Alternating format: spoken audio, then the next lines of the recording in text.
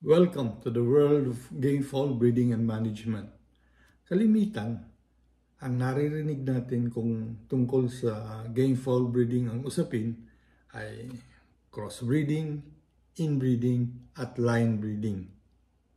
Ano naman ang line breeding? Kapag naghanap tayo ng material, maaaring sabihin sa atin ng kukunan natin ito na may mga line bred siyang manok na 3/4, 7/8 or 15/16. Habang pataas ang porsyento, pataas din ang presyo. Bakit? Pag sinabing line breeding, ito ang klase ng breeding na nakatuon sa isang mahusay o mahalagang original breeding material. Ang iba naman, sinasabing ito ay ang pagpares ng malayong magkamag-anak. Alin ang tama? Both are correct definitions. Bakit? Ang line breeding ay nakatuon sa mahusay at mahalaga o valuable na material. Sa kanya nakatuon ang ganitong pagbibreed. Kapag sinabing sa kanya nakatuon, pwedeng bawat henerasyon ng anak na galing din sa kanya ay ipapares din uli sa kanya. Ganito yon. Ang anak niya, ipapares sa kanya.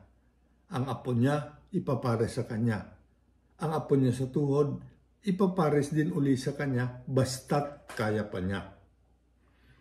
Continuous backcrossing ang ganito na line breeding din. Ang backcrossing ay inbreeding at kagaya rin ng pagpares ng magkapatid o full sib mating ang epekto nito sa pagka-inbred ng anak. Pero habang tumatagal, pababa ng pababa ang antas ng pagiging inbred ng mga lumalabas na generation ng mga anak. Ang mga ganitong line bred ng mga manok ang may presyo dahil pataas ng pataas ang porsyento ng dugo ng valuable breeding material sa bawat napalalabas na generation. Pwede rin naman na ang pagkakataon ng breeding sa kanya ay sa simula lang talaga ng line breeding siya gagamitin. Pagkatapos nito, pwedeng hindi na o occasional na lang. Nasa breeder na kung ilang porsyento ng original niyang breeding material ang ilalagay niya sa mga line bred na panahe.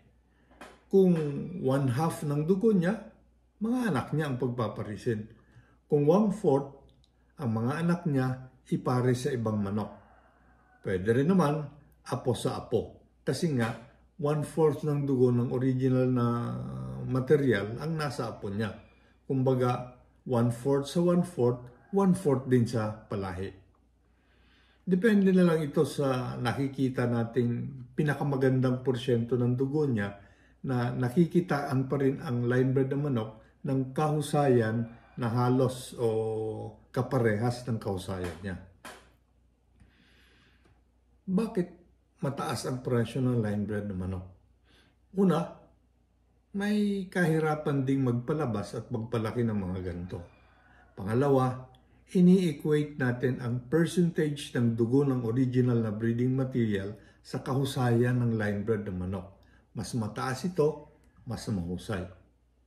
Next time, ibang klaseng breeding naman habang iniikot natin ang mundo ng gainful breeding and management. Maraming salamat sa panonood.